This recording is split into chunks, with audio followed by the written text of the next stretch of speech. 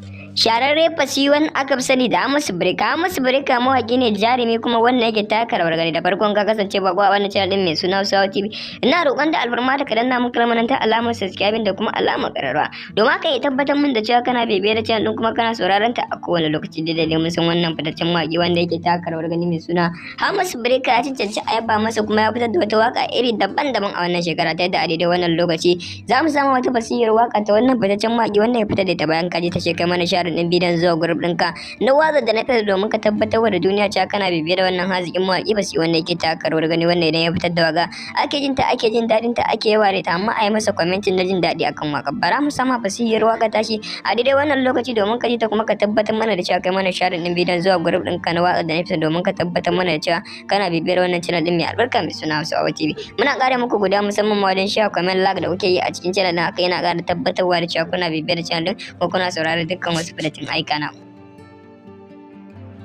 Inda ya kan kine na yi nisa dan ba kiran da zan amsa tilasu ganin mu tilasu barin mu kawana rikicin da na yi nisa san ba batun na fasa ko za a ce nan ba da raifansa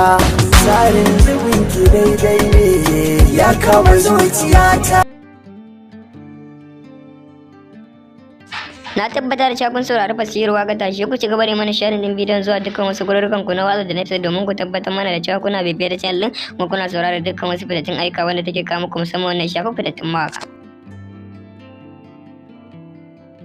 Shararre Fasiwan aka fi sani da Hamisu Breaker. Hamisu Breaker mawaƙi ne jarumi kuma wannan yake taka rawar gani. Da farkon ka kasance bako a wannan channel din mai suna Hausawa TV. Ina roƙon da alfarma da ka danna mun kalmar ta alamar subscribe da kuma alamar ƙararrawa. Domin haka ya tabbatar min da cewa kana bibiyar da channel din kuma kana sauraron ta a kowane lokaci da dalilin mun san wannan fitaccen mawaƙi wanda yake taka rawar gani mai suna Hamisu Breaker ya cancanci a yaba masa kuma ya fitar da wata waka iri daban-daban a wannan shekara ta yadda a daidai wannan lokaci za mu samu wata fasihar waka ta wannan fitaccen mawaƙi wanda ya fitar da ta bayan kaji ta shekara mana share din bidiyon zuwa group ɗinka na waza da na fitar domin ka tabbatar da duniya cewa kana bibiyar da wannan haziƙin mawaƙi ba su wanda yake taka rawar gani wanda idan ya fitar da waga ake jin ta ake jin daɗin ta ake yawa da ta amma a yi masa kwamentin na jin daɗi akan waka bara mu sama fasihar waka tashi a daidai wannan lokaci domin ka ji ta kuma ka tabbatar mana da cewa kai mana share din bidiyon zuwa group ɗinka na waza da na fitar domin ka tabbatar mana da cewa kana bibiyar wannan channel din mai albarka mai suna Hausawa TV. Muna ƙara muku guda musamman ma wajen share comment like da kuke yi a cikin channel na haka yana ƙara tabbatarwa da cewa kuna bibiyar da channel din ko kuna saurara dukkan wasu fitattun aika na. Taka rawar gani mai suna